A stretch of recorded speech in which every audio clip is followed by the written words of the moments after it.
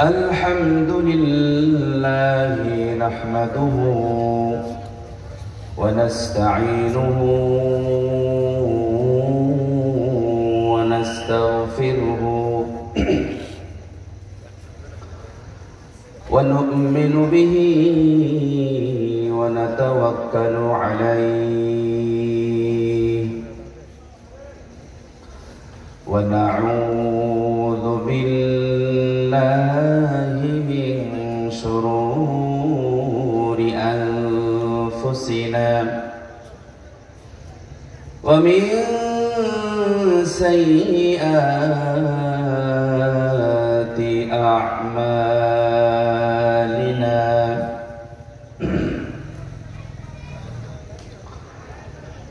من يهده الله فلا مضل له ومن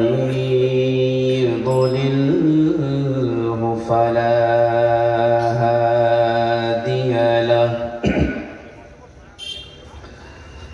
ونشهد أن لا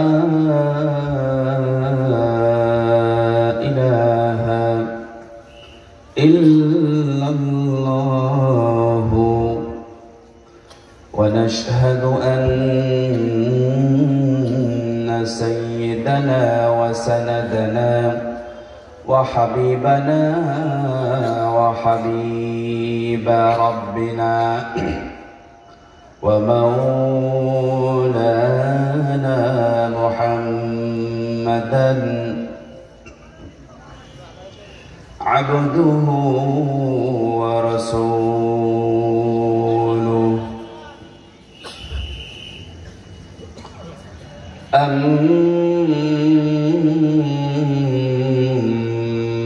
أما بعد فقد قال الله عز اسمه في كلامه المجيد وفي الفرقان الحميد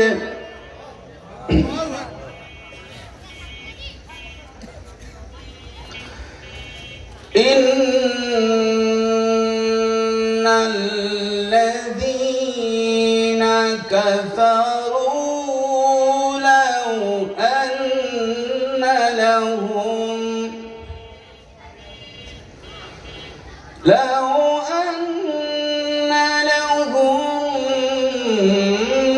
ما في الأرض جميعا ومثله معه ليفتدوا به من عذاب يوم القيامة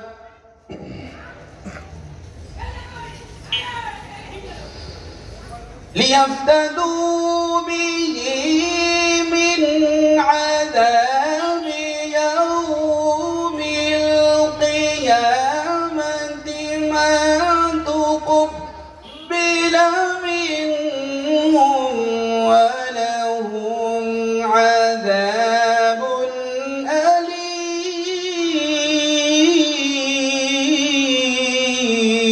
أليم.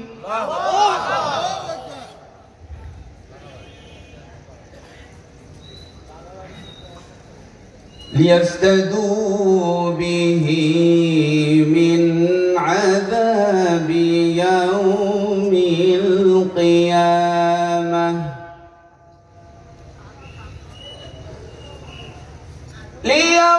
ليفتدوا به من عذاب يوم القيامة ما تقبل منهم عذاب أليم.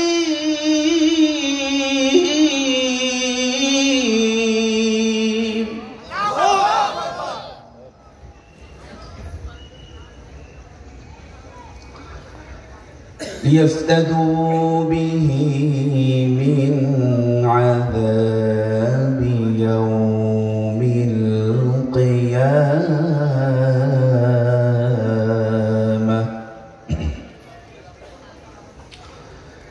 من عذاب يوم القيامة ما تقبل منهم ولهم عذاب أليم.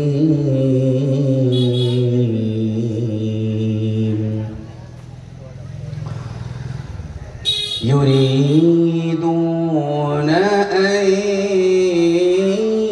يخرجوا من النار،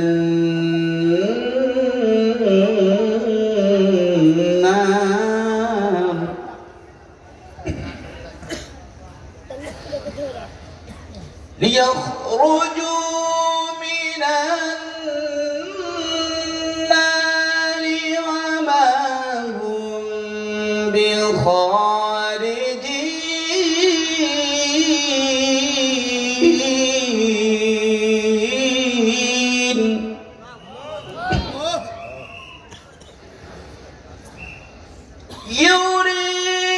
يريدون أن يخرجوا من النار وما هم بخارجين.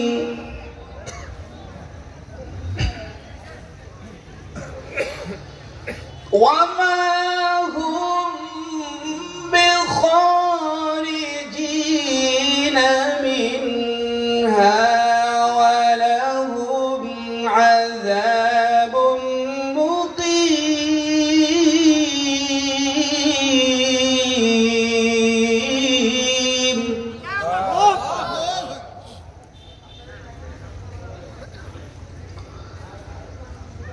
وما هم بخارجين منها ولهم عذاب مقيم.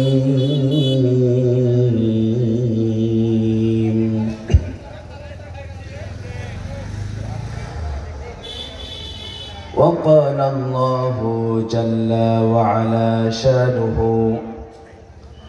في شان حبيبه ومحبوبه في كلامه المجيد وفي الفرقان الحميد. بس براو إن الله وملائكته يصلون على النبي يا أيها الذين آمنوا صلوا عليه وسلموا تسليما. اللهم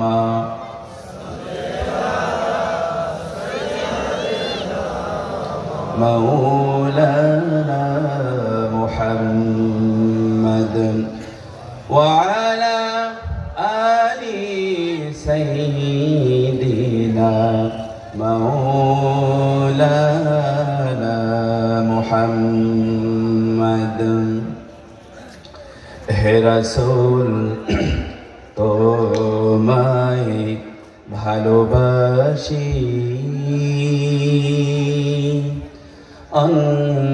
অন্তরে শুধুই মুখে না, জান্নাতের আশায় নয় হে রসূল জাহান্নাম কেও ডরি না। কথা কোন ঠিক কিনা? আল্লাহর রসুলকে কে কে ভালোবাসেন হাত তুলে দেখান। লিল্লাহে তাকবীর, লিল্লাহে তাকবীর। হাত নিচু করে। নবীজিকে ভালোবাসি এরকম সবাই আছি, ভালোবাসি না এরকম কেউ আছে? কেউ নেই। কারণ নবীজিকে ভালোবাসে এরকম কাফের ছিল, ইহুদি ছিল, খ্রিস্টান ছিল, তারাও নবীজিকে ভালোবাসে। সুতরাং মুসলমান হয়ে নবীজিকে ভালোবাসি না এরকম কোনো পার্সেন্ট থাকার কথাই না, ঠিক কিনা বলেন?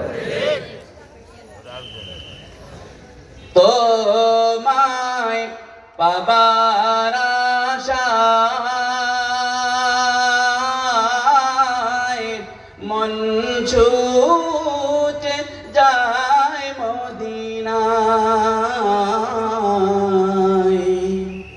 তোমায় পাবার আশায়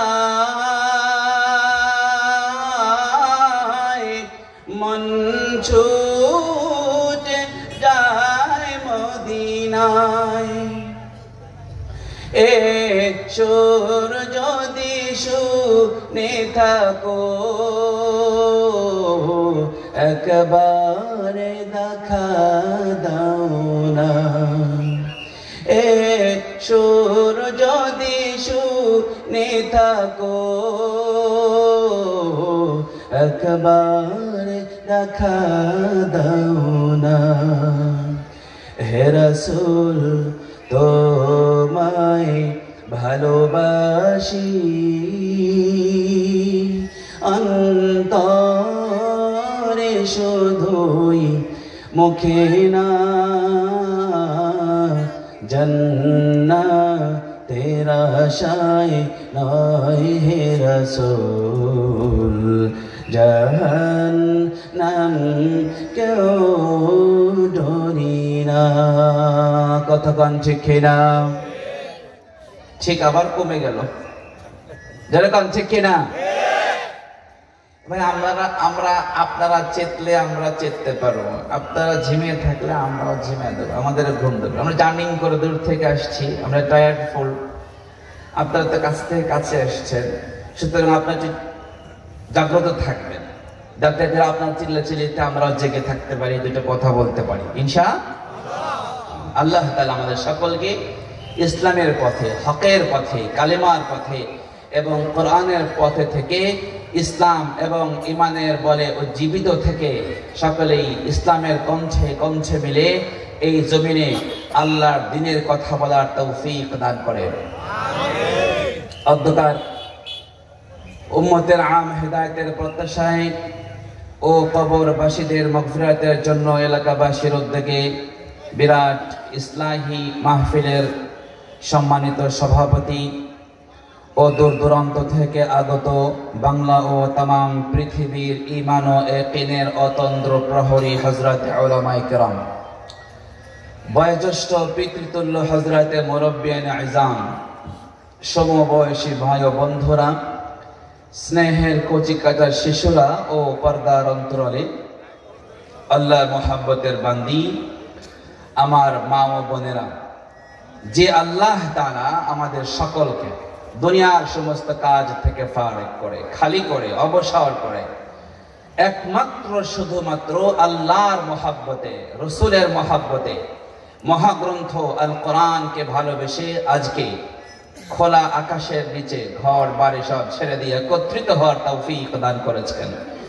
সে আল্লাহ পাকের শাহী দরবারে সকলেই সমস্বরে চিৎকার করে একটি কালেমাত শুকর গুজার হয়ে সকলে বলি আলহামদুলিল্লাহ। একটু গরম হচ্ছে, ওই শীতের দিনে যে হোন্ডা মন্ডা, তারপরে হ্যান্ডেল মেশিন গুলো এই মারতে মারতে উঠছে না। এখন সেলফ আসছে, সেলফ মারে, উঠে না, কিক মারে, তাও ওঠে না। তোর বুদ্ধি দেয় হোন্ডার চোখ আছে একটা, চোখ তুলে দে, তারপরে চোখ উঠায় দেয়, লজেন্স প্লাঞ্জার থেকে একটু তেলের ধাক্কা জোরে মারে, কিক করলেই এইবার জোরে স্টার্ট হয়ে যায়, ঠিক না জোরে বলেন? এতক্ষণের এই লজেন্স প্লাঞ্জার ঘাটতে ঘাটতে ধাক্কা ধাক্কি করতে করতে মনে হয় ইঞ্জিনটা গরম হয়েছে মনে হচ্ছে, কি বলেন? আল্লাহ তাআলা আমাদের সকলের ইমানের ইঞ্জিনকে সব সময়ের জন্য গরম রাখেন, আল্লাহুম্মা আমিন বলে।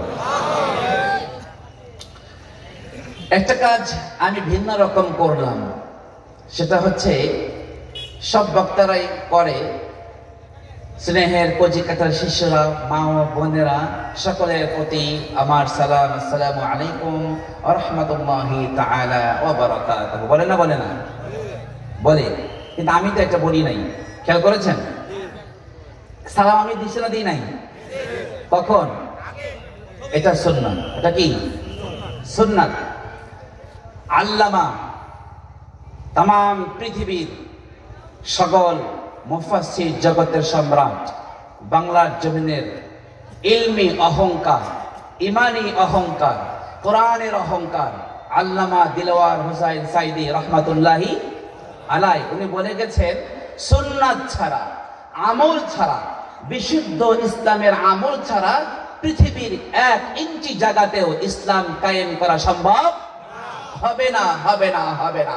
সুতরাং যদি কোনো মুসলমান, ইসলাম প্রিয় মুসলমান, যদি কোনো নবী প্রেমিক মুসলমান, যদি কোনো আল্লাহ প্রেমিক মুসলমান, যদি কোনো কোরআন প্রেমিক মুসলমান চায় বাংলার জমিনে একটি গ্রাম হলেও, একটি থানা হলেও, একটি পাড়ায় হলেও, একটি ইউনিয়ন হলেও যেন সেখানে ইসলামের এক মাহৌল আর পরিবেশ তৈরি হয়, তবে সেই সমস্ত ইসলাম প্রেমী মুসলমানদের জন্য সুন্নত তরিকায় বিশুদ্ধ ইসলামের আমলগুলো ইহতিমাম করা ছাড়া বিকল্প কোন পথেই আল্লাহর জমিনে 1 বিঘা জমিনেও ইসলাম কায়েম করা সম্ভব হবে না। সুতরাং প্রতিটি ক্ষেত্রে, জীবনের প্রতিটি বাঁকে বাঁকে, সময়ের প্রতিটি ফাঁকে ফাঁকে আমাকে আপনাকে সকল রাষ্ট্র, ইসলামী রাষ্ট্রের প্রত্যাশী মুসলমানের একথা ভাবতে হবে, শিখতে হবে। এই আমার জীবনের ফাঁকে, এই আমার সময়ের বাঁকে আল্লাহ এবং রাসূলের কি নির্দেশ, সেই নির্দেশকে ফলো করে আমার জীবনের ফাঁকে ফাঁকে, সময়ের বাঁকে বাঁকে আল্লাহর হুকুম, বিশ্ব নবীর আদর্শকে বাস্তবায়ন আমি করতে পারলে আমার ফ্রেন্ড করতে পারবে, আমার মা করতে পারবে, আমার বোন করতে পারবে, আমার ভাই করতে পারবে, আমার প্রতিবেশী আমার কাছ থেকে শিখে তারপর ইসলাম কায়েম করবে। এভাবে কায়েম করতে করতে করতে করতে এক পর্যায়ে ইসলাম কায়েম হবে। সংসদে কথা কন ঠিক কিনা?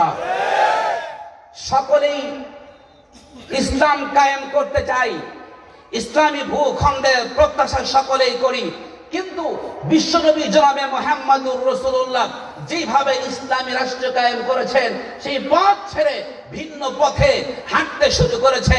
এই জন্যই বাংলার জমিনে যদিও এইভাবে 18 কোটি মানুষের মধ্য থেকে নিয়ে প্রায় 17 কোটি উপরে মুসলমান বসবাস করে, তবুও বাংলার জমিনে ইসলাম কায়েম হওয়ার কোন সূচনা দেখতে পারি না। কথা কোন ঠিক কিনা?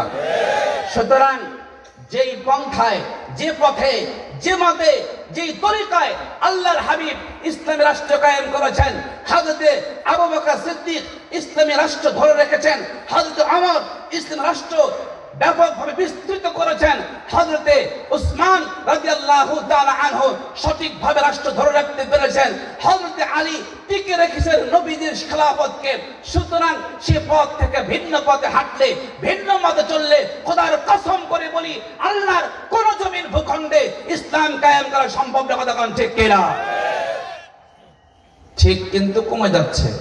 আমি তো মোটামুটি গরম হয়ে গেছি, আপনারা আবার ঠান্ডা হচ্ছেন, মনে হয় আবার লজেন বেলান্দার হাতাতে হবে। গরম আছেন তো? এবার একটা কথা বলে আমি ওয়াজ শুরু করব। আমি কিন্তু এখনো ওয়াজ শুরু করিনি, ঠিক কিনা বলেন? আপনাদের এলাকায় এই যে পেজারো গাড়ি আছে, কথা কই না? এমপি সাহেবরা যে চালায়, তাদেরকে দেয় সরকারের পক্ষ থেকে পেজারো গাড়ি, জানেন, দেখছেন না? তারপরে উপজেলা চেয়ারম্যানদেরকে যে গাড়িগুলো দেয়, এগুলো পেজারো বলে, প্যারাডো বলে। এই গাড়ি দেখেছেন না কখনো? মার্সিডিজ গাড়ি, এমডব্লিউ, ওগুলা কি বলে, এই গাড়িগুলো দেখেছেন তো, দাম কোটি টাকার উপরে। এই গাড়িগুলোর রানিং স্পিড আছে না নাই? আছে। আপনাদের এলাকাতে ক্ষেতের ভিতরে হাল বয় একটা মেশিন দিয়ে, ওটার নাম কি? পাওয়ার টিলার বা ট্রাক্টর, যেটাই হোক, ওটারও একটা স্পিড, চলন স্পিড আছে না নাই?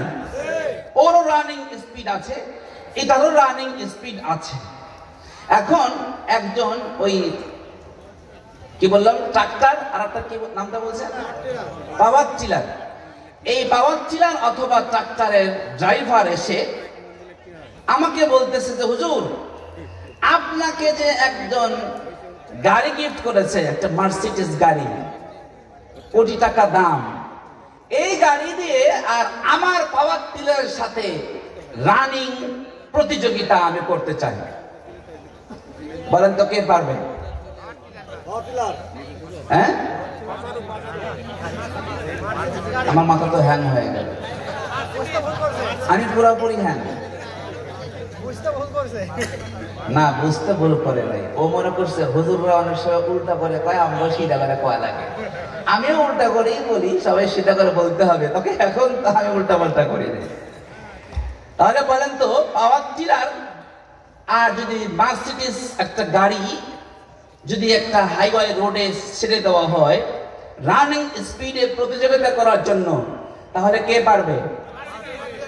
হ্যাঁ, একটা প্রাইভেট কার, একটা জিপ, একটা মার্সিডিজ গাড়ি, এমডব্লিউ গাড়ি, তারপরে হচ্ছে ওইগুলো যেগুলো আছে, এই কি বলে, প্যারাডো বাজারো গাড়ি, এগুলোই পারবে।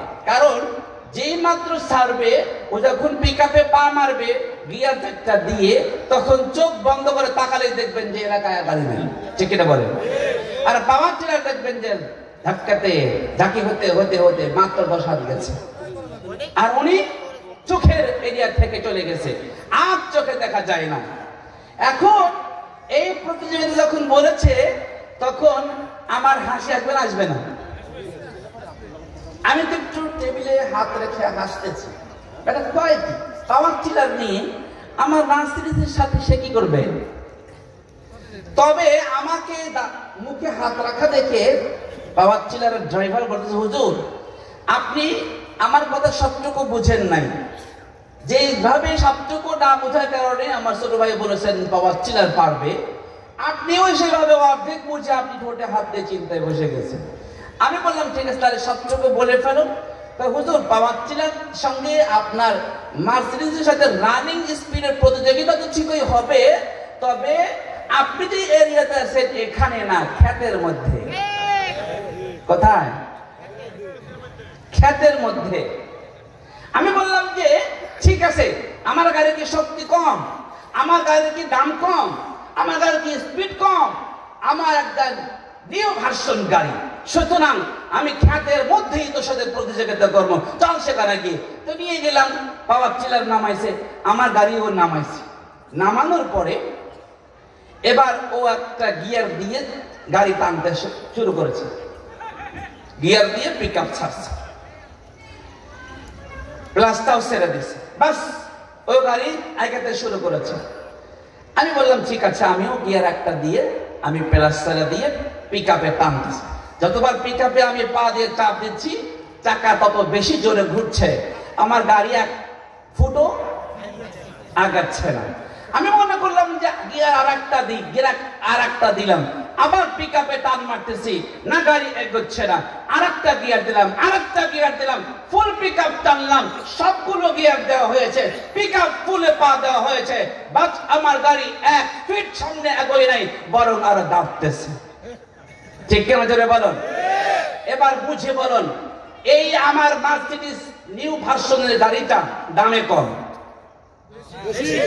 মানে কম, শক্তিতে কম, সব দিকে তো বেশি, কিন্তু আজকে প্রতিযোগিতাতে রানিং স্পিডে আমি মাত্র 1.5 লক্ষ টাকার এক পাওয়ার টিলারের সাথে আমি হেরে যাচ্ছি। বলেন তো, এই হেরে যাওয়া কি দামে, মানে এবং শক্তির কারণে, নাকি রুট চেঞ্জ করার কারণে? অনেকে হয়তো যারা লেখাপড়া কম আছেন রুট মুট চেনে না, হ্যাঁ রোড চেনে, কি চেনে?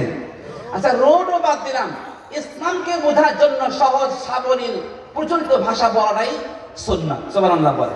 সুতরাং আমি আমার সামাজিক এলাকার ভাষা বলছি, রাস্তা চেঞ্জ হওয়ার কারণে এখানে যেহেতু আমার এই এফডব্লিউ গাড়ি, আমার এই মার্সিডিজ গাড়ি, আমার এই মাইক্রো গাড়ি, আমার এই প্রাইভেট কারের রুট আর রাস্তা তো খ্যাত কাদা নয়, আমার রাস্তা হচ্ছে একটা পাকা রাস্তা হতে হবে, পিচ ঢালাইওয়ালা এরকম একটা পাকা রাস্তা হবে।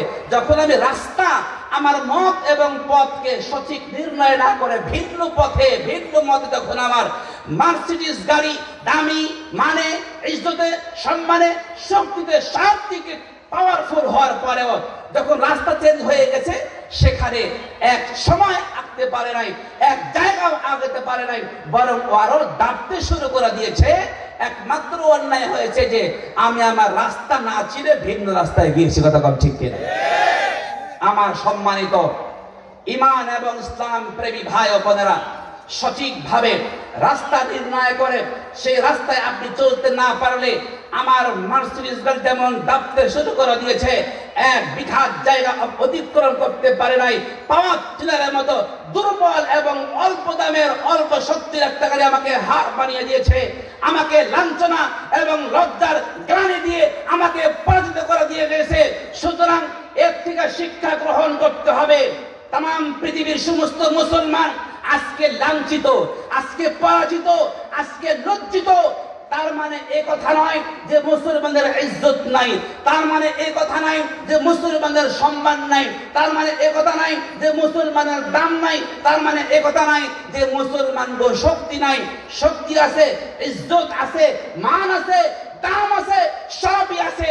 কিন্তু আজ বিশ্বের সমস্ত মুসলমান তাদের যে মত এবং পথ ছিল আল্লাহ কর্তৃক অঙ্কিত, রাসূল কর্তৃক নির্দেশিত, এই পথ থেকে এই মত থেকে যখন মুসলমান ভিন্ন পথে ইহুদি এবং নাস্তিকদের অঙ্কিত পথে নিজেদেরকে চালানো শুরু করে দিয়েছে, নাস্তিকদের মতের কাদার ভিতর ঝাঁপিয়ে পড়েছে, মুরতাদদের অঙ্কিত কাদার ভিতর ঝাঁপিয়ে পড়েছে, যখন মুসলমান লাঞ্ছিত হয়েছে তখন কথা কোন ঠিক কিনা?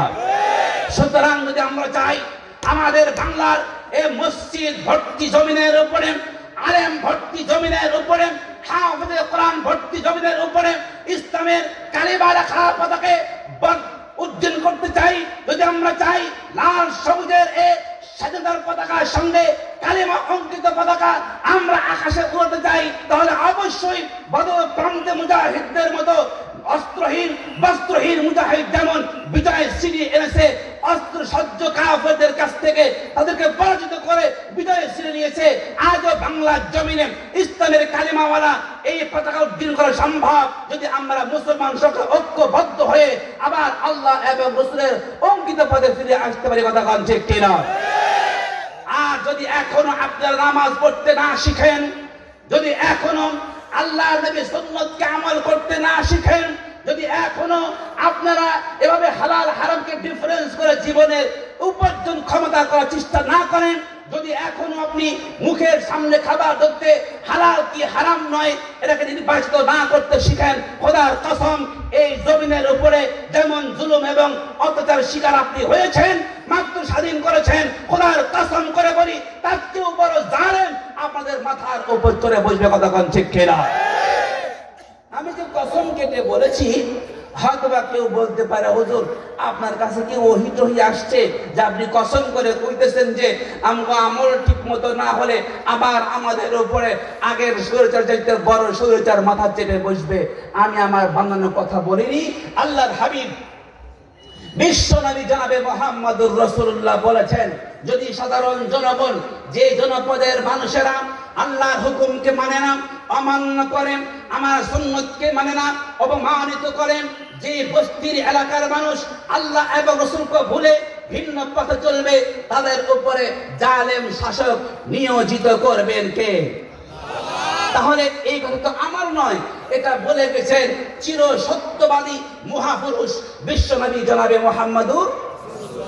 সুতরাং যদি আমরা না চাই যে আমাদের মাথার উপরে আবার সংসদের মহান চেয়ারে, আবার সমাজের জায়গায় জায়গায় জালেম, অশিক্ষিত, বেনামাজি, সুদখোর, ঘুষখোর, মদখোর, হারামখোর, জিনা ব্যভিচারী সমাজকে কুলুষতায় ভরপুর করবে এমন কোন সন্ত্রাস আমাদের সমাজে যেন নেতা হয়ে না দাঁড়াতে পারে। যেমন চাই তাহলে অবশ্যই আপনাকে আমাকে সঠিক ঈমানদার হতে হবে, তারপরে আন্দোলনে নামতে হবে।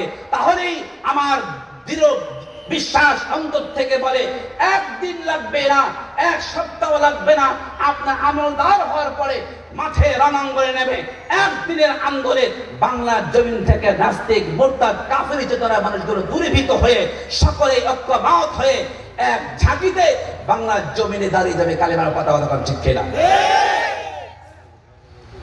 এতক্ষণ ইঞ্জিন গরম করতেছিলাম, এখন একটু খালি ওয়াজ করে বিদায় নেব ইনশাআল্লাহ। বিরক্ত হচ্ছেন না তো? কই আবার কোন হুজুর নিয়ে আসলাম, খালি দেখি রাজনীতির বক্তব্য দিচ্ছে আর ভাষণ দিচ্ছে, ওয়াজ তো করে না। ওয়াজ তো এগুলো ওয়াজ বলছি না ভাই। নামাজ পড়তে হবে, সুন্নাত মানতে হবে, হালাল উপার্জন করতে হবে, হালাল খেতে হবে, হারাম উপার্জন করা যাবে না, হারাম খাওয়া যাবে না। এগুলো ওয়াজ না বক্তব্য? বলেন এগুলো ওয়াজ না বক্তব্য? এইগুলো কইতে লাগলি খালি 5 টাকা হুজুর রাজনীতির ওয়াজ করেন, কি বলে? আলহামদুলিল্লাহ পাবনা, রাজশাহী, নাটোর এই জেলাগুলো খুব ভদ্র মানুষ, যে যাই করুক, যে দলই করুক, এরা ইসলাম ভালোবাসে, ঠিক কিনা বলে? এরা কোরআন ভালোবাসে, ঠিক কিনা বলে? সুতরাং কোরআন যেহেতু, কোরআনে রাজনীতি কোরআন শিখিয়েছে, রাজনীতি মুহাম্মাদুর রাসূলুল্লাহ শিখিয়েছেন, রাজনীতি আবু বকর শিখিয়েছেন, রাজনীতি ওমর শিখিয়েছেন, রাজনীতি উসমান শিখিয়েছেন, রাজনীতি আলী শিখিয়েছেন, রাজনীতি খোলাফায়ে রাশিদিন শিখিয়েছেন, সালফে সালিহিন শিখিয়েছেন। সুতরাং সেই রাজনীতি যদি আমি করি, যে রাজনীতি মুহাম্মাদুর রাসূলুল্লাহ করেছে, আপনি কোন ভাবে বলেন যে কোরআনের রাজনীতি নাই? আপনি কোরআনের স্টুডেন্ট নাকি টিচার? আমি কোরআনের স্টুডেন্ট এবং আমি কোরআনের টিচার। সুতরাং আমি বলতে পারি এই মহাগ্রন্থ আল্লাহর কিতাবে রাজনীতি আছে কিনা, কথা কোন ঠিক কিনা? সুতরাং আপনারা বলেন তো, আল্লাহর নবী ইসলামিক স্টেট কায়েম করেছিলেন কিনা? কথা বলেন। ইসলামিক স্টেট হযরত আবু বকর সিদ্দিক পরিচালনা করেছেন কিনা? হযরত ওমর ফারুক ইসলামী রাষ্ট্র কায়েম করেছেন কিনা? পৃথিবীর অর্ধেক জমিনের উপরে ইসলামের পতাকা উড্ডীন করেছে যে, তার নাম হযরত ওমর ফারুক রাদিয়াল্লাহু তাআলা আনহু। তাহলে সমস্ত পৃথিবীর শ্রেষ্ঠ মানুষেরা পৃথিবীর জমিনে রাষ্ট্র কায়েম করেছে, রাজনীতি করেছে, ইসলাম নীতি করেছে, আল্লাহর নীতি করেছে। সুতরাং সেই রাজনীতি, যে রাজনীতি নবীজি করেছেন, সাহাবীরা করেছেন, সেই রাজনীতি আমিও করতে চাই।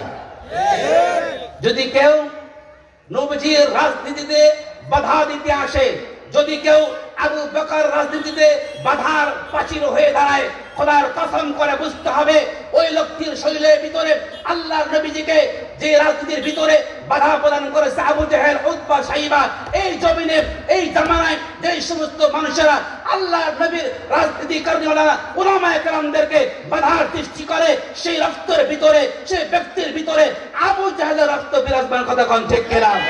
সেই আবু জেহেলের বংশধর মনে হয় যেন এখনো বাংলার জমিনে বসবাস করছে বলেই তারা এখন আলেমদের কোরআনের রাজনীতির সামনে এসে প্রতিবন্ধকতা সৃষ্টি করে বলে হুজুর কোরআন থেকে আমাদের কথা বলে। কোরআন শুধু আমাদের কথাই কইছে, কথা বলেন না কেন? এই কোরআনের 2 নম্বর পারায় যেখানে আপনাদের রোজার কথা বলেছে, আমার আগে যে ভাই, আমার বড় ভাই, শ্রদ্ধেয় বড় ভাই আলোচনা করেছেন, সেই ভাই যে আয়াত আপনাদের শুনাইছেন, ইয়া আইয়ুহাল্লাযীনা আমানু কুতিবা আলাইকুমুস সিয়াম কামা কুতিবা আলাল্লাযীনা মিন ক্বাবলিকুম, যে পৃষ্ঠায় লিখেছে সূরা বাকারার 22 নম্বর রুকু, ঠিক এই পৃষ্ঠার প্রথম লাইনে লেখা আছে ইয়া আইয়ুহাল্লাযীনা আমানু কুতিবা আলাইকুমুল কিতাল, জোরে বলুন সুবহানাল্লাহি ওয়া বিহামদিহি। যেই পৃষ্ঠার ভিতরে আরশ আজিমের মালিক तमाम পৃথিবীর সমস্ত মানুষকে আমলের দাওয়াত দিয়েছেন, আমলের নির্দেশ দিয়েছেন, সেই পৃষ্ঠার শুরুতেই আল্লাহ বলেছেন জিহাদ তোমাদের উপর ফরজ করা হলো। সুতরাং তোমরা আমল করতে হবে, আল্লাহ জমিনে আল্লাহ দ্বীন কায়েমের জন্য জিহাদ করতে হবে, কথা কোন ঠিক কিনা? সুতরাং যে সমস্ত মুসলমানেরা শুধু নামাজের বক্তব্য চায়, যে সমস্ত মুসলমানেরা সমস্ত রোজার বক্তব্য চায়, যে সমস্ত মুসলমানেরা শুধু জিকিরের বক্তব্য চায়, জিহাদের বক্তব্য চায় না, ইসলামী রাজনীতির বক্তব্য চায় না, বুঝতে হবে ও সেই মুসলমান যে মুসলমান আল্লাহর নবীর দলে ছিল ঠিক, কিন্তু আল্লাহর নবীকে মানত না। কতক্ষণ ঠিক কিনা? যে মুনাফিকেরা উবাই বিন সুলুল যে আল্লাহর নবীর সঙ্গে ছিল, আল্লাহর নবীর পিছনে নামাজ পড়েছে 10টি বছর, সেই উবাই বিন সুলুল নবী যখন বক্তব্য দিতেন অপলক তাকিয়ে থেকে বক্তব্য শুনতেন, মনোযোগ দিয়ে শুনতেন, কিন্তু আল্লাহর জমিনে দিন কায়েম হোক, ইসলাম কায়েম হোক, এটা উনি চাইতো না। সুতরাং এখন যারা নামাজ পড়ে উবাই বিন সুলুলের মতো, রোজা রাখে উবাই বিন সুলুলের মতো, জিকির করে সুলুলের মতো, কিন্তু ইসলাম রাষ্ট্র কায়েম করতে চায় না, এরা বুঝতে হবে উবাই বিন সুলুল মুনাফিক সর্দার যেমন নামাজ পড়তো, রোজা থাকতো, জিকির করতো, সব করতো, ইসলাম রাষ্ট্র চায় না, সে যেমন মুনাফিক। এই জামানা যারা নামাজ পড়বে, হজ করবে, যাকাত দিবে, জিকির করবে, তিলাওয়াত করবে, ইসলাম রাষ্ট্র চায় না, তারাও সেরকম মুনাফিক। কতক্ষণ ঠিক কিনা? মুনাফিক থেকে আমাদের সকলের ঈমান বাঁচাতে হবে। কতক্ষণ ঠিক কিনা? আমার ভাইরা, এবার শুনেন, আমি সর্বপ্রথম আপনাদেরকে এখানে বসে সালাম দিয়েছি, ঠিক কিনা বলেন? আল্লাহর নবী যে বলেছেন আসসালামু ক্বাবলাল কালাম, আমি নবীর যে সুন্নতে সালাম সেটা হবে সকল কথার আগে, সাক্ষাতের সময় ইন দ্য ফার্স্ট টাইম যে কাজটা হবে, আমি নবীর যে কাজটা হবে, আমার আদর্শ যে কাজটা হবে, সেটা হচ্ছে সালাম। তারপরে হবে কেমন আছেন, তারপরে অন্য কথা হবে, কিন্তু সকল কথার আগে যে কাজটা হবে সেটা হচ্ছে সালাম। সুতরাং যদি একটি কথা আপনি আগে বলেন আর তারপরে গিয়ে যদি আপনি সালাম দেন, তাহলে ওই সুন্নতি সালাম হবে না, ওই সালাম নবীর সালাম হবে না। যেহেতু নবীজি বলেছেন আসসালামু ক্বাবলাল কালাম, সালাম হবে সমস্ত কালামের আগে, সমস্ত কথার আগে। সুতরাং সব কথা বলে ভূমিকা টেনে সবাই বাপ দাদা অমুক তমুক সবকিছু বলে সকলের জন্য আমার পক্ষ থেকে আসসালামু আলাইকুম ওয়া রাহমাতুল্লাহি তাআলা ওয়া বারাকাতুহু ইত্যাদি কইরে এ সালাম নবীর সালাম, নবীর সালাম। সুতরাং আমার আওয়াজ যে সমস্ত ওলামার কালামের কারণ যাচ্ছে, তাদের কাছে আমার সবিনয় অনুরোধ, আমার মতো দুর্বল এবং অযোগ্য মানুষের তাদের কাছে নির্দেশ দেওয়ার অধিকার আমার নাই, ক্ষমতাও নাই, কোনো কিছুই নাই। অনুরোধ তো সবাই করতে পারে, এই হিসাবে অনুরোধ করি সালাম হবে সবার আগে, মাঝখানে কোনো সালাম হবে না ইনশাআল্লাহ। আপনারাও দেবেন না, বাড়িতে গিয়ে বলেন যে আব্বু আসসালামু আলাইকুম, এটা নবীর সুন্নত নাই। আম্মু আসসালামু আলাইকুম, এটা সুন্নত নাই। হুজুর আসসালামু আলাইকুম, এটা সুন্নত নাই। দাদু আসসালামু আলাইকুম, সুন্নত নাই। সুন্নত কি? আসসালামু আলাইকুম আব্বু, আসসালামু আলাইকুম আম্মু, আসসালামু আলাইকুম হুজুর, আসসালামু আলাইকুম দাদু, সালাম আগে ডাক পরে, এটা হচ্ছে সুন্নত। কতক্ষণ ঠিক কিনা? পারবেন তো ইনশাআল্লাহ? এক জালসা এরকম কইতেছিলাম, একবার হুজুর একখান বাদ দিয়েছেন, আমি বলি আবার কি বাদ দিয়ে গেলাম, আসসালামু আলাইকুম বউ, এটা তো করেন না। সুতরাং আজকে আবার ওটাও কয়ে দিলাম আসসালামু আলাইকুম বউ, এটা কিন্তু সুন্নাত তরিকার সালাম। আগে সালাম হবে, পরে বউকে ডাক দেবেন, আগে বউ করবেন, পরে সালাম দিবেন, এটা কিন্তু সালাম সুন্নতি হবে না, রহমত বরকত পাওয়া যাবে না। সম্মানিত বন্ধুগণ, আজকের আমাদের মাহফিল হচ্ছে কবরস্থানের সমস্ত মানুষের মাগফিরাতের জন্য। কথা বুঝে আসছে? আচ্ছা, আপনারা কি শুধু কবরস্থানের লোকজনের মাগফিরাতের কামনা করেন নাকি নিজেদের মাগফিরাতের কামনাও করেন? খালি ওনাদের কি আল্লাহ মাফ করুক, আমাদের মাফ না করুক, না করুক এরকম বিষয়? আমাদেরও মাফ পেতে হবে, তাদেরও মাফ পেতে হবে আল্লাহ। সুতরাং আগে আমাদের মাফের কিছু কথা বলিনি, ওনাদের মাফের কথা একটু পরেই বলি ইনশাআল্লাহ।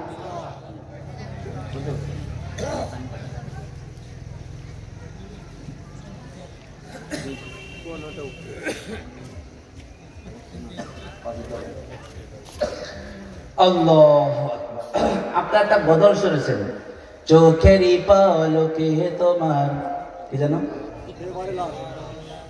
এই যে ওই একটা কইছে, চোখেরই পলকে তুমি হতে পারো লাশ, চিরতরে বন্ধ হবে তোমারই নিঃশ্বাস, হবিলান তোমারই নাম, ও হবিলান তোমারই নাম মসজিদের মাইকে, বাড়িওয়ালা নাহিরে বাড়ি নাহিরে দুনিয়াতে, বাড়িওয়ালা নাহিরে বাড়ি নাহিরে দুনিয়াতে। কথা কম ঠিক কিনা? আমার বাবা ছিলাম, আমার ভাইয়েরা, আমার মা বোনেরা, আজ আপনি যেখানে বসে বসে আজকে মহাগ্রন্থ আল কোরআন শুনতেছেন, আল্লাহ নবী জীবনী শুনতেছেন, আল্লাহ নবী সুন্নাত এবং আমলের কথা শুনতেছেন, এই জায়গায় বসে আজ থেকে 20 বছর আগে দেখবেন যে সমস্ত মানুষেরা আল্লাহ পাকের কোরআন তারা শুনেছে, তাদের মধ্যে বেশিরভাগ মানুষ আজকে দুনিয়ায় নাই, তারা সকলেই আল্লাহর ডাকে তারা কবর চলে গেছে। কথা বলেন ঠিক কিনা? সুতরাং তারা যেমন করে আল্লাহর কবরের বাসিন্দা হয়ে গেছে, আমরা যে যাই করি না কেন, যত বড় ক্ষমতার মানুষ হই না কেন, যত বড়ই আমলদার আর নেককার মানুষ হই না কেন, কোন ক্ষমতার মানুষকেও আল্লাহ এই জমিনে রাখে নাই, এবং আল্লাহর কোন প্রিয় বান্দাকেও চিরস্থায়ী করে আল্লাহর জমিনে কাউকে রাখে নাই। কথা কোন ঠিক কিনা? আল্লাহর জমিনে ফিরাউনের মতো চরম পর্যায়ের ক্ষমতাশীল একজন মানুষকে, নমরুদের মতো বিশাল ক্ষমতাবান একজন মানুষকেও আল্লাহ জমিনে চিরকাল থাকতে দেন নাই। সকল ক্ষমতাকে রুখে দিয়ে তাদের কলিজার ভিতর থেকে আজরাইলের খাবার মাধ্যমে জানটা টেনে ছিঁড়ে বের করে আল্লাহর কাছে তাকে মৃত বানিয়ে আল্লাহর কাছে হাজির দিতে বাধ্য করেছে, হাজির করতে বাধ্য করেছে। ফেরাউন, নমরুদ, সাদ্দাত সকলকে তো বুখতে নাসরের মতো तमाम পৃথিবীর বাদশাকেও পর্যন্ত এই জমিন থেকে মৃত্যুবরণ করে কবর যেতে হচ্ছে, এবং আল্লাহর নবীর চাইতে বড় প্রিয় মানুষ, নেককার মানুষ এই জমিনে কেউ কে ছিল? তাহলে সকল নবীর সর্দার বিশ্ব নবীকে আল্লাহ তাআলা এই জমিনে থাকতে দেন নাই। সুতরাং বোঝা গেল বড় শক্তির মাধ্যমেও জমিনে থাকা যাবে না, এবং বড় নেককার হয়েও জমিনে চিরস্থায়ী হওয়া যাবে না। সকলকেই যাইতে হবে কবরে। আর কবরের জীবনটাই তোমার আমার শেষ না, এই কবরের জীবনের পরে আরেকটা জীবন শুরু হবে, মানুষের আরেকটা জীবন শুরু হবে, তার নাম হলো হাসরের জীবন। কিসের জীবন? হাসরের জীবন। আমি যে আপনাদের সামনে মহাগ্রন্থ আল কোরআন থেকে সূরা মাইদার 36 নম্বর তিলাওয়াত করেছি, 36 নম্বর আয়াত তিলাওয়াত করেছি। এই আয়াতের মধ্যে আল্লাহ রাব্বুল আলামিন সমস্ত মানুষদেরকে ওই হাসরের ময়দানের একটা স্মৃতি, একটা অধ্যায় সকলকে আল্লাহ পাক স্মরণ করিয়ে দিচ্ছেন। আমি কি বলবো সেটা? আল্লাহ পাক সবাইকে বলতেছেন, দেখো পৃথিবীতে বিপদে পড়লে, আটকা পড়লে তাদের থেকে সারায়া নিয়ে আসতে হলে একটা মুক্তিপণ লাগে। কি লাগে? মুক্তিপণ লাগে। মুক্তিপণ দিয়ে সারায়া নিয়ে আসে। এখন যেহেতু সেই ইসলামিক নিয়ম নাই, সেজন্য এখানে আমাকে উকিল ধরা লাগে। উকিলরা ফিরি ফিরি তো জেরা করে নাকি? হ্যাঁ, এই যে উল্টা করে বলা কিন্তু আমার শুরু হয়ে গেছে, বুঝে বলেন। উকিল, আপনাদের আসামির পক্ষে যে উকিল থাকে, এই সব বাংলাদেশের উকিলরা নিঃস্বার্থবান আল্লাহর ওলি বুজুর্গ। সুতরাং যে কোনো আসামি গিয়ে বলে যে স্যার আমার পক্ষে তো উকিল হতে হবে, ও একদম ফ্রি তার পক্ষে বলে দিতে হবে। টাকা দিতে হয় না? হয় না? দিতে হয়। কম না বেশি? এটাই হচ্ছে অনিসলামিক রাষ্ট্রের ভিতরে মুক্তিপণ। এবার ধরেন আল্লাহ পাক বলতেছেন, আমার বান্দারা দুনিয়ার ভিতরে যেমন মানুষের মুক্তিপণ দিয়ে ছাড়তে হয়, কঠিন কিয়ামতের ময়দানে যখন সমস্ত মানুষ সিংহায় ফুঁক দেওয়া হবে, সকল মানুষগুলো কবরের ভিতরে ঘুমিয়েছিল, এই সময় সকলের কানে যখন ইসরাফিল আলাইহিস সালামের সিংহায় ফুঁক দেওয়ার আওয়াজ কানে পৌঁছাবে, সকল মানুষগুলো কবর থেকে জ্যান্ত হয়ে যাবে, সকলে কবর থেকে উঠবে। আল্লাহর হাবিব হযরত জিবরিল আমিনকে জিজ্ঞাসা করলেন, ও ভাই জিবরাইল, বলো না আমার উম্মত যখন সিংহার আওয়াজ কানে স্পর্শ করবে, তারা যখন কবর থেকে জাগ্রত হবে, আমার উম্মত গুলো কিভাবে কবর থেকে উঠবে? আল্লাহর নবী বললেন, হুজুর আসুন আমার সাথে একটু কবরস্থানে নিয়ে গেলেন। একটি কবরে পাখা দিয়ে একটা কবরে বাড়ি মারলেন, কবর খুলে গেল। বললেন, কুম বিইজনিল্লাহ, আল্লাহর হুকুমে তুমি জ্যান্ত হয়ে যাও। বলার সঙ্গে সঙ্গে কবর থেকে একটা মানুষ উঠলো, চোখ ডলতে ডলতে মোরা মানুষ জীবিত হয়ে উঠতেছে আর বলছে, ইয়া আসাফা, ইয়া আসাফা, হায় আফসোস, হায় রে হায়, আমার যেন কি হয়, আমার যেন কি হয়। কাঁদতে কাঁদতে হায় হায় করতে করতে কবর থেকে উঠে গেল। উনি বললেন, উদখুল বিইজনিল্লাহ, আল্লাহর হুকুমে তুমি আবার কবরে চলে যাও। লোকটি কবরে ঢুকলো, মরে গেল, কবর আবার ঢাকে গেল। আর তো কবরে বাড়ি মারলেন, কবর খুলে গেল। জিবরিল বললেন, কুম বিইজনিল্লাহ, তুমি আল্লাহর হুকুমে জীবিত হয়ে যাও।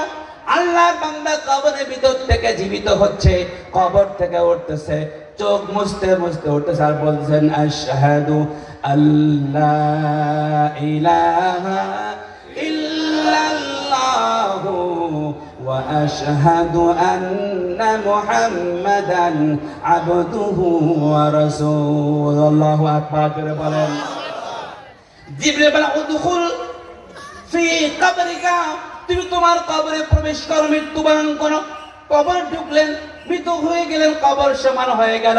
জিবরিল আমিন দেখে বললেন, নবীজি কিয়ামতের ময়দানে যখন সিংহার আওয়াজ শুরু হবে, সমস্ত মানুষের কানে সিংহার আওয়াজ পৌঁছাবে।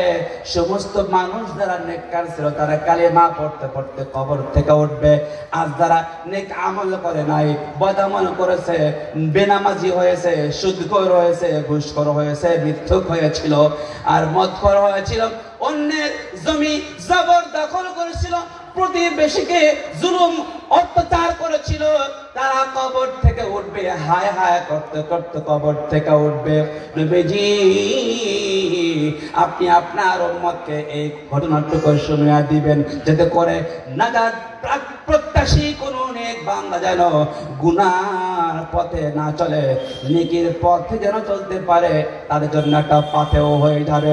আমার ভাইরা, আমার বাবাজিরা, আল্লাহ সুবহানাহু ওয়া তাআলা বললেন, ওয়া ইযা নুফিখা ফিস সূরি ফাতাতুনা আফওয়াজা, যখন সিংহায় ফুঁক দেওয়া হবে, তোমরা কবর থেকে উঠে দলে দলে তোমরা হাসরের ময়দানে জমা হয়ে যাবে। তাম পৃথিবীর বাবা আদম থেকে শুরু করে সর্বশেষ মানুষটি পর্যন্ত হাসরের ময়দানে একত্রিত হয়ে যাবে। মিলিয়ন মিলিয়ন মানুষ, ট্রিলিয়ন ট্রিলিয়ন মানুষ, অস্ট্রেলিয়ন পর্যন্ত মানুষ, অগুন্তি মানুষ সমাগম হয়ে যাবে হাসরের ময়দানে।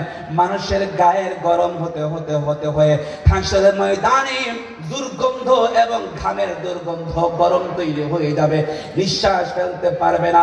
আল্লাহ সুবহানাহু ওয়া তাআলা ঘোষণা করবেন, আয়াতুহাস শামসু, ও আকাশের সূর্য, আর তোমাকে আকাশে থাকার অনুমতি নাই।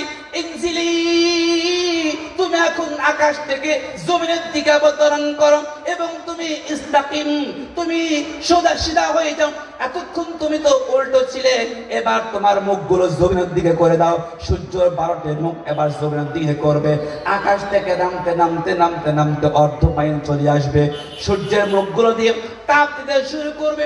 সূর্যের তাপের কারণে জমিন আর মাটি থাকবে না, তামার জমিন আল্লাহ পাক তৈরি করবেন। তামার জমিনটা লাল টকটকে আগুনের মতো হয়ে যাবে। আগুনের মতো জমিনে সমস্ত মানুষ কবর থেকে দৌড়ে দৌড়ে এসে সমাগম হয়ে গেছে, হাজির হয়ে গেছে। সেকেন্ডের মধ্যে সূর্যের তাপের কারণে পায়ের নিচের জমিনটা লাল টকটকে আগুনের মতো হয়ে যাবে। কামার যখন ভাটির ভিতর থেকে লোহা গরম করে বের করে যেমন লাল টকটকে হয়ে যায়, আমার ভাইরা, বাবাজিরা, মা বোনেরা শুনবেন, হাসরের ময়দান কিন্তু ঠিক ওই রকম আগুন এবং লাল টকটকে থাকবে। মানুষ আর পা রাখতে পারবে না, হাজার হাজার লাখ লাখ কোটি কোটি মানুষের গায়ের গরম, পায়ের নিচে এই তামার আগুনের গরম ছুটতে শুরু করবে, আকাশ থেকে সূর্যের গরম থাকতে শুরু করবে। মানুষের আর হাসরের ময়দানে আযাব সহ্য করতে পারবে না, নিঃশ্বাস ছাড়তে পারবে না। মনে হয় টিয়ারশেল ছাড়লে যেমন নাকের ভিতরে ধোঁয়া ঢোকে, চোখ মুখ জ্বলে, মানুষের হাসের মধ্যে চোখ জ্বলবে, নাক জ্বলবে, চেহারা জ্বলবে, গায়ের চামড়াগুলো জ্বলতে জ্বলতে সিদ্ধ হয়ে যাবে, পুড়ে যাবে, কয়লা হয়ে যাবে। পায়ের নিচের ভিতরে আগুন, আগুনের তাপে পায়ের নিচের তলার চামড়াগুলো পড়ে পড়ে কয়লা হয়ে যাবে, ফসকা পড়বে, রক্ত বের হবে, পুষ বের হবে, লাল টকটকে হাড্ডি বের হবে। কোনো মা, কোনো বোন, কোনো বাবাজি আর ভাইয়েরা কেউ পা রাখতে পারবেন না, যেহেতু নিচের লাল টকটকে আগুন, জ্বলন্ত আগুন আপনার পায়ে লেগে আছে। ওই আগুনে এক সেকেন্ড সময়ও থাকা সম্ভব হবে না। ঠিক ওই আগুনের ভিতরে আপনি আমাকে দাঁড়িয়ে থাকতে হবে, আর ওই আগুন পায়ের সব গোশত চামড়া পড়িয়া এবার হাড্ডিতে লাগবে। তাজা একটা মানুষের যদি পায়ের ভিতরে সব চামড়া গোশতকে পড়াইয়া হাড্ডি পড়াইতে শুরু করে, বলেন তো মানুষের যন্ত্রণা কেমন হবে, কষ্ট কেমন হবে? এইতে জ্বলতেছে, পুড়তেছে, হাড্ডি কয়লা হচ্ছে, উপর থেকে সূর্যের তাপের কারণে মাথার মগজগুলো গলতেছে। একটু সর্দি লাগলে আর রুকু করতে পারেন না, সিজদা করতে পারেন না, মাথার যন্ত্রণায় কাতর হয়ে বিছানায় শুয়ে পড়েন। আব্বু ডাকলে বলেন যে না আমার মাথা ব্যথা, আমি উঠতে পারছি না। আম্মু ডাকলে পারে না, ও মা আমি আর উঠতে পারি না, মা তুমি আমাকে ডাকবে না, মাথার যন্ত্রণায় আমি আর উঠতে পারি না, আমাকে তুমি ডাক দিও না। ভাই বোন ডাকলে পারে না, দোকান থেকে ডাকে পাই না, আজকে আমার দোকান বন্ধ, কিছুই বিক্রি করতে পারবো না। অফিস থেকে টেলিফোন করে বলে না হুজুর স্যার বস আমার যে এইভাবে মাথার যন্ত্রণা উঠতে পারছি না, আজকে আমি অফিসে আসতে পারবো না। ছোট্ট মাথার যন্ত্রণার কারণে আপনার অফিস বন্ধ হয়ে গেছে, সংসারের কামকাজ বন্ধ হয়ে গেছে, ব্যবসা বাণিজ্য বন্ধ হয়ে গেছে, ক্ষেত খামার বন্ধ হয়ে গেছে, সব কিছু বন্ধ হয়ে গেছে একটু মাথার যন্ত্রণার কারণে। ও আমার ভাইরা বাবাজিরা একটু বলেন তো, যদি সূর্যের তাপের কারণে মাথার মগজটা গলে যায়, যন্ত্রণা কেমন হতে পারে? শুধু শুধু বলবেই না, টকবাক টকবাক করতে শুরু করবে। আল্লাহ তাআলা বলে তারা হুম সুকারা, নবীজি দেখবেন তারা মাতাল, ওমা হুম বিসুকারা, ও নবীজি তারা কিন্তু মাতাল নয়। নবীজি বলবেন মাতাল নয় তো মাতলামি করছে কেন? আল্লাহ বলে ওয়ালাকিন্না আযাবাল্লাহি লাশাদীদ।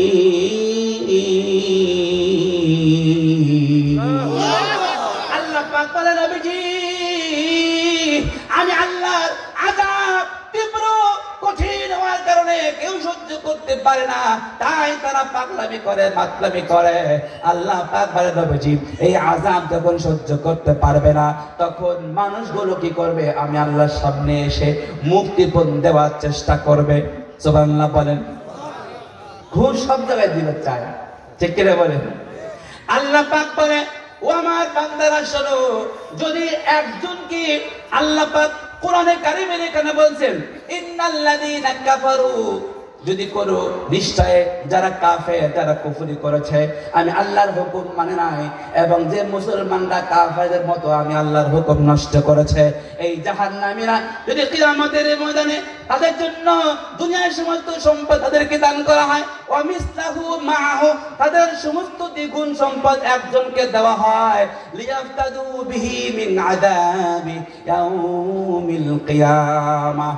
যদি সমস্ত সম্পদ আমি আল্লাহকে দিয়ে বলে মালিক আল্লাহ সব সম্পদ তোমাকে দিলাম, জাহান্নাম থেকে নয়, পুলসিরাতের আযাব থেকে নয়, মিজানের আযাব থেকে নয়, শুধুমাত্র সমস্ত সম্পদ দিয়ে আপনি আমাকে হাসরে শুধুমাত্র একদিনের আযাব তুমি আমাকে মাফ করে দাও। আল্লাহ পাক বলেন মা তুকবিলা মিনহুম, একবার পরা তোমার পক্ষ থেকে বিশ্বের সমস্ত দ্বিগুণ সম্পদ কবুল করে একজনকেও আমি আল্লাহ পাক হাসরের আযাব থেকে মাফ করব না। তাহলে কিভাবে মাফ পেতে পারবো? আমার ভাইরা, মাফ যদি না করে পরিস্থিতি কেমন হবে বলার আমার সময় নাই, কারণ বলে দিয়েছে মেহেরবানি করে কালেকশন করে শুরু করলে ভালো হয়। এই জন্য একটু আপনি চিন্তা করেন, হযরত সুফিয়ান রাদিয়াল্লাহু রাহমাতুল্লাহি আলাইহির কাছে একটা মানুষ বলছে, সবাই কাঁদতেছে, যার যার পথ দিয়ে যাচ্ছেন সুফিয়ান সাউরি রাহমাতুল্লাহি আলাইহি। কি হয়েছে এখানে? হুজুর, একটা মানুষ মারা গেছে, মা মারা গেছে, সন্তানরা পাগল হয়ে কাঁদতেছে। তাই নাকি? গেছে, গিয়ে বলতেছে আরে উনি তো মারা গেছে, তোমরা জীবিত আছো, সুতরাং ওনার জন্য কেঁদে তোমারও লাভ নাই, তাদেরও লাভ নাই। তোমার জন্য একটু নিজের জন্য কাঁদো যে আমি কি আমল করেছি, আমি কবরের আযাব থেকে বাঁচার জন্য কি কাজ করেছি। যদি না করে থাকি তাহলে কাঁদো নিজের জন্য এবং নিজের মুক্তির জন্য ব্যবস্থা তৈরি করো। হুজুর কিভাবে করব? কারণ তোমরা শোনো নাই আল্লাহর হাবিব বলেছেন as-সাদাকাতু তুতফি গযবার রাব্বি, দান করবে যে আল্লাহ পাকের নারাজির আগুন নিভায়ে ফেলবে। সেই জন্য কান সুবহানাল্লাহি বিহামদিহি। আমার ভাইরা, আমার বাবাজিরা, একজন মানুষ একটা টাকা কামাই করতে মাথার